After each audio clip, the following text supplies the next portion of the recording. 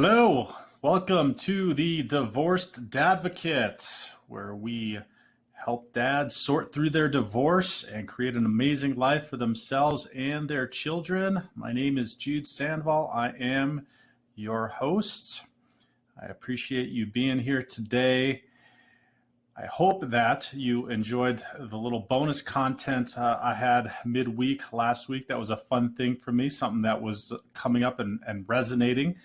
There's no such thing as a dragon, which we all know if we're focusing on the metaphor of problems, that there's always problems, and making sure to address those as soon as possible is critical. So I appreciate your feedback on that. If you have any more feedback on that, please do comment below or send me an email. Go to the website. You can also I was going to say about this week, we're actually going to start or continue our Dad's Guide to Divorce over the 5 weeks. We are going through my steps to assisting you in processing through divorce during or after. Last week, we talked about clarifying your vision and direction, which is step one. And it's step one for a reason. It's a very important reason. I wanted to just touch on it a little bit or just a little bit more, because I wanted to clarify some things and go maybe just a touch deeper before we get into step two this week, and why that clarifying your vision and direction is so important as men, because oftentimes, and I get this, and this is one of the challenges that I find with talk therapy, is that you get during divorce or post-divorce, you get everything comes up, man. It's just, everything is challenging. Everything's kind of turned upside down. Everything is chaotic. That's the best way that I could describe how I felt, is everything felt chaotic. Where am I going to live? How are we going to, do the co-parenting? Everything that comes up feels so incredibly chaotic. And as men and as masculine energies, we are drawn to order. So there's order and there's chaos. This is a Taoist principle that's centuries old. Masculine energies tend to be orderly. Feminine energies tend to be chaotic. Now, one's not better than the other. One's not lesser than the other. They just, when they're working in harmony, are perfectly balanced. And when we go through a divorce, we enter into a time of chaos, which is very uncomfortable for many men, masculine men. It was incredibly uncomfortable for me. So that is why that step one of clarifying your vision and direction is so important and critical to do as soon as possible. It's not to say don't let the emotions come up, don't get help to talk about the emotions. That I said in the article is important to do.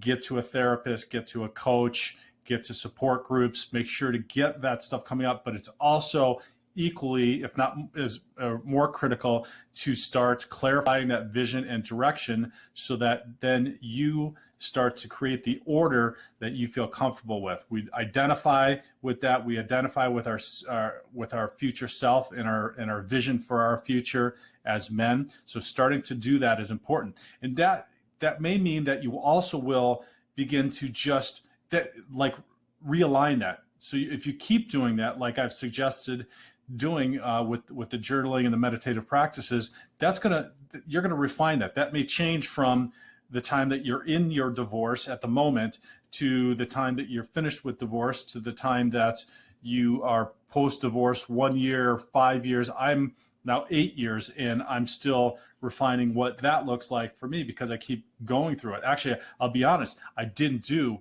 a great job of that in the beginning. So now I'm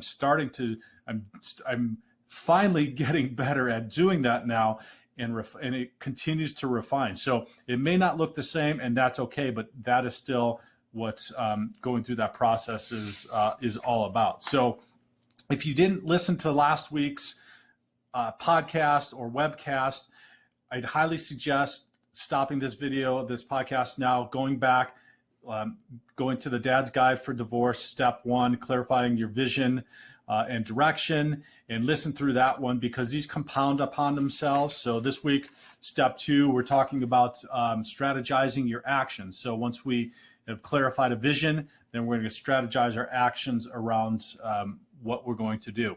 Also, if you want to read any of this, I'm writing at medium.com also. I've got it all, the articles and the podcasts all work in correlation together. Or feel free to go to my website at thedivorceddadvocate.com. I've got the blog site up there as well as the videos and the podcasts to listen to as well.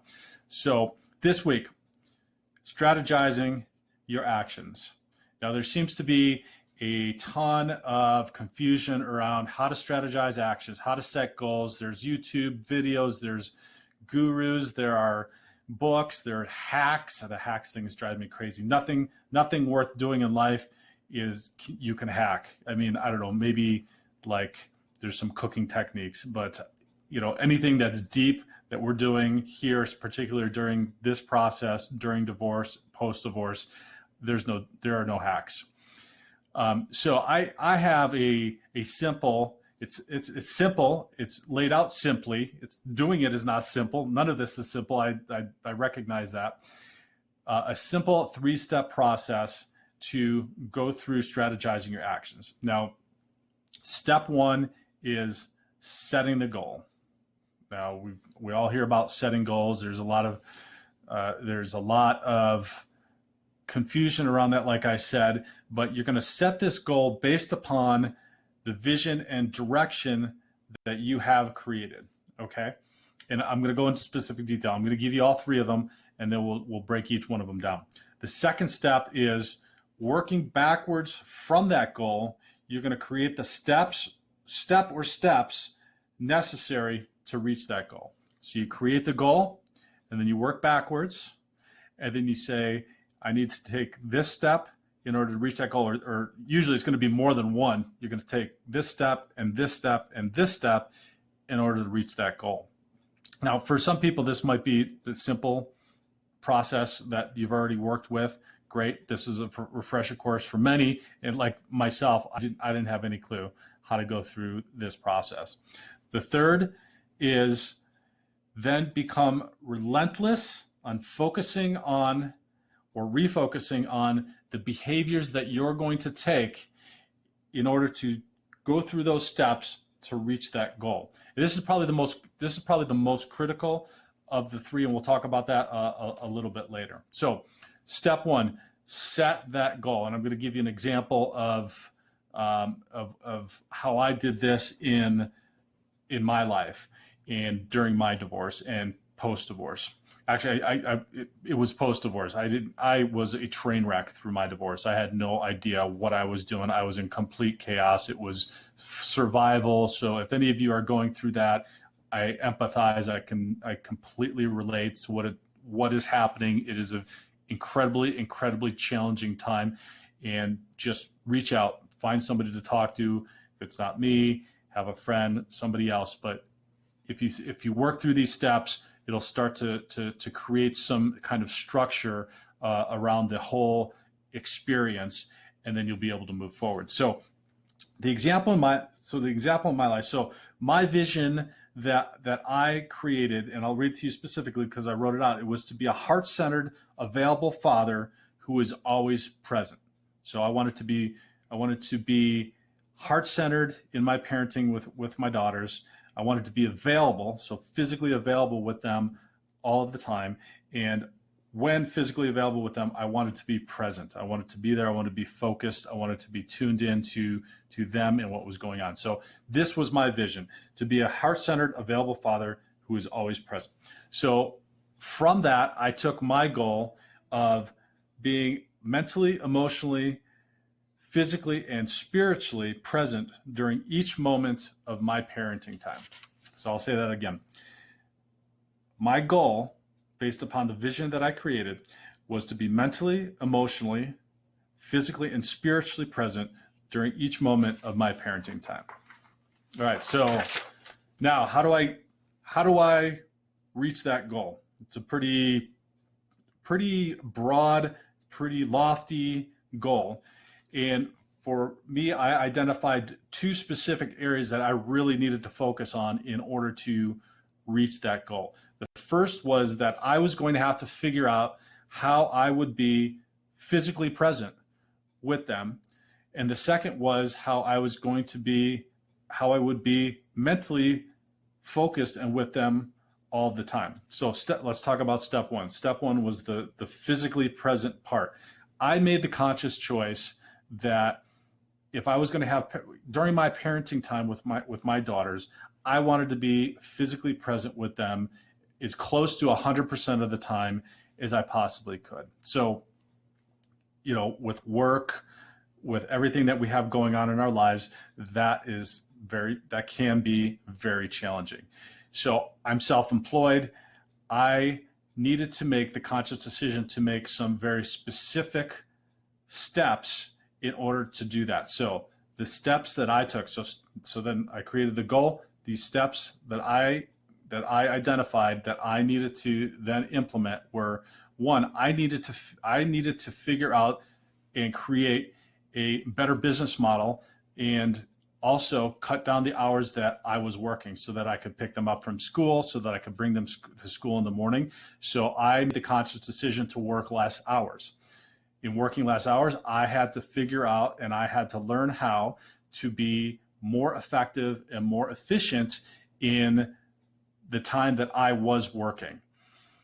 And then I also knew that I was going to be making much less money. So it was just a fact of the matter. The amount of time, doing the same kind of same philosophy in my business, it just wasn't gonna be the same. And I accepted that. I was okay with that consciously, but I needed to then accept and change my lifestyle in order to be able to provide for my family based upon the lesser income that I was going to have. So that's the mental process that I went through. I changed my hours. I got a little more focused, and I'll be frank with you. I did a terrible job of this, particularly in the realm of my business, because I got into severe financial hardships around it. I did not focus and was not as focused and was not as clear and was not as efficient as I needed to be. My business faltered, and it was a very big stress. So that comes where you need to then talk about and look at what are the behaviors that you have to take to do that. So the specific behaviors that I had to take in order to get refocused. So you got to focus on what it is, but sometimes it's not working. So this was not working. It was not working well for me. I had to refocus what I was doing. One of those behaviors pertaining specifically to the being efficient and focused on during the hours that I was working was learning how to schedule my times during the day to be as efficient as possible. And I tell you, it's something that I still work with, but just absolutely terrible with. And so that was a behavior. Once I started focusing on that behavior and learning how to do that, working towards that step, got me closer to my goal. So that was step one. The second example and the second part of my example of the goal was creating the mental life that I needed to have in order to be present for my daughters. So, to be able to maintain my mental, emotional, physical, and spiritual self in order to be present. Because if I'm not emotionally sound, then I'm not focused, and everything is kind of a mess in the house. If I was distracted, I'm still not present. If I'm sick because I'm not physically taking care of myself, then I'm not present. If I'm not spiritually taking care of myself, I'm not feeling comfortable. I'm not centered in what my vision is in my life, and then I'm not present also. So that's where I had to then identify what the steps were. And so one of the steps was that I was going to make sure to be physically fit so that I'm not sick, that I'm not having accidents, I'm not creating challenges in my life that are going to make it more difficult for me to be present with my daughters. So the step was to create a workout, a physical workout plan. And the behavior that I adopted was getting up each and every day sometimes before the kids got up during this whole COVID thing. I've incorporated them into the whole workout thing, which has been kind of fun. So that's kind of the refocusing behaviors when life changes. But getting up early and working out for at least a half hour every day, 6 days a week. Take one day off, but 6 days a week. And I can tell you that does an immense amount for my mental, not only my physical health, but it does, the physical thing will cross over into your mental, emotional health as well. But it does a phenomenal thing for me to knock out that workout every day, first thing in the morning, and then be able to go forward with my life. I also say I've seen the benefits. My blood, I just got blood work done last week. Never had a better blood work result in my entire life. Everything was absolutely in line, better than it's ever been. Stuff that I've worked on for years has fallen into alignment. And it's really due to me focusing on that behavior, making sure to do that. Now, again, this had to be refocused. And the example of the blood work just tells me, you can always look at the result. You want to know if you're doing, if what you're doing is the right thing or going to get you the results you want. Look at the result. What result are you getting? If you're not getting the result, then look back, refocus what that behavior was. So my results from last year, I was working out 3 days a week, 4 days a week, something like that, doing some cardio, doing some lifting. And in the last 9 months, I've adopted a completely new workout plan. And that's been 6 days a week, and it's been much more intense, and it's got me much more fit. But the result is absolutely in those blood tests. The blood tests have absolutely never ever been better than they are. So if you want to know if you need to refocus, look at the result. Or if you just get hit in the head and the results are saying, or you get hit in the head, say, wow, this is the result I'm getting. Okay, what do I need to do? I need to go back. I need to look at what my behavior is, and I need to refocus. So let's talk about this whole philosophy of focusing on the behavior, because this is something that you don't hear too much about. And really everybody talks about setting the goal and reaching that goal and, go for it and, write that goal every day and, just have it in your mind. And so you write that goal of what you want, and then you go and you sit at your desk or you show up with your kids or whatever it is. And that's not helping. Focusing on the goal is not actually helping you achieve the goal. Focusing on the behavior is what helps you to achieve that goal. And Reggie Rivers, I'm here in Denver, Colorado. Former Denver Bronco Reggie Rivers has a great TEDx on this where he talks about this, and he's got an awesome quote. And he says, we set goals for ourselves, but the goals are things that are out of our control. So we can set this goal, but we don't, we can't just say, okay, it's going to happen. What we need to do, and the second part is behaviors are the things that you focus on in order to achieve those goals. So that is the key. Focus on the behavior. If the behavior is not working, like mine wasn't with my business, like mine wasn't as well as it could have been with my physical workout regimen, then refocus it. Refocus those goals. And make sure when you're journaling to go back and talk about this stuff. You can always continue to be refocusing what your vision and your direction is by journaling or with your therapist or with your coach. That's why the coaching is a phenomenal thing. Therapy absolutely has a very important place. But my challenge, again, with the therapy is that you could be talking about this stuff forever. A coach is going to sit there and is going to help you create this, this vision and direction, and then you're going to strategize your actions, and then you're going to go through all these steps like I do with my clients about how to get there, help you to refocus if you have to, help you to identify better behaviors if you have to. And it's all results oriented. If you're not getting the results that you are expecting or that you want, then I'm not doing my job.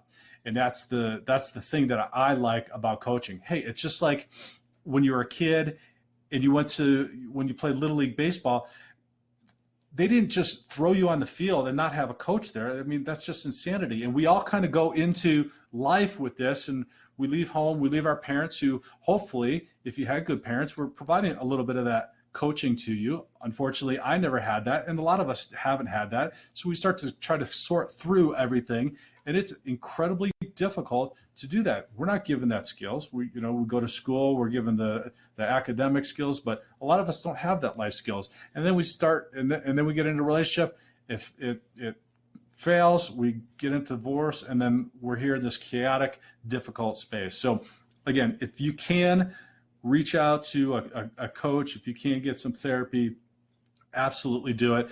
I am doing some phenomenal, some incredibly steep discounts for coaching during this whole COVID thing. There's so many people struggling. I want to help as many people as possible and fill up my schedule as much as possible. Also, if you can't afford it, you can do a 30-minute free coaching session with me once a quarter. Just go on the website at thedivorcedadvocate.com. You can schedule it right onto the website. We'll talk for 30 minutes. Hey, we're going to be doing the same thing. I'll take you through whatever steps. We'll talk about whatever you need to talk about and get moving in the right direction. So there you have it. That is it. That is step number 2, strategize your action. So let's review that quick. Set your goal. First thing, come up with your goal. That goal is going to be based upon the vision and direction that you've clarified already in your life. Step 2, work backward from that goal to create the steps that you need to take in order to reach it. And the third, and in my estimation, the most important one, is to relentlessly focus. I'm going to say that again, relentlessly focus, because you need to be focused on what that behavior is until you can reach that goal. And if you're not reaching that goal, refocus the behavior or work back through that system in order to get new steps and new behaviors. Gentlemen, if you're listening, I'm proud of you. I know that you can do it. Work through these 2 steps. Next week, we are talking about upgrading your skills. So we're going to talk about skills in order to do some of this stuff. I hope that this provided you some value today. If you can help me out by making comments, subscribing to the YouTube channel, leaving a review on any one of the different podcast platforms that you might be listening to, that would help me immensely. Share this with any other men that you might know that are going through or have gone through divorce that could use a little bit inspiration and some practical knowledge and steps in assisting them. That would help me as well. Thank you so much. I appreciate it. Talk to you soon.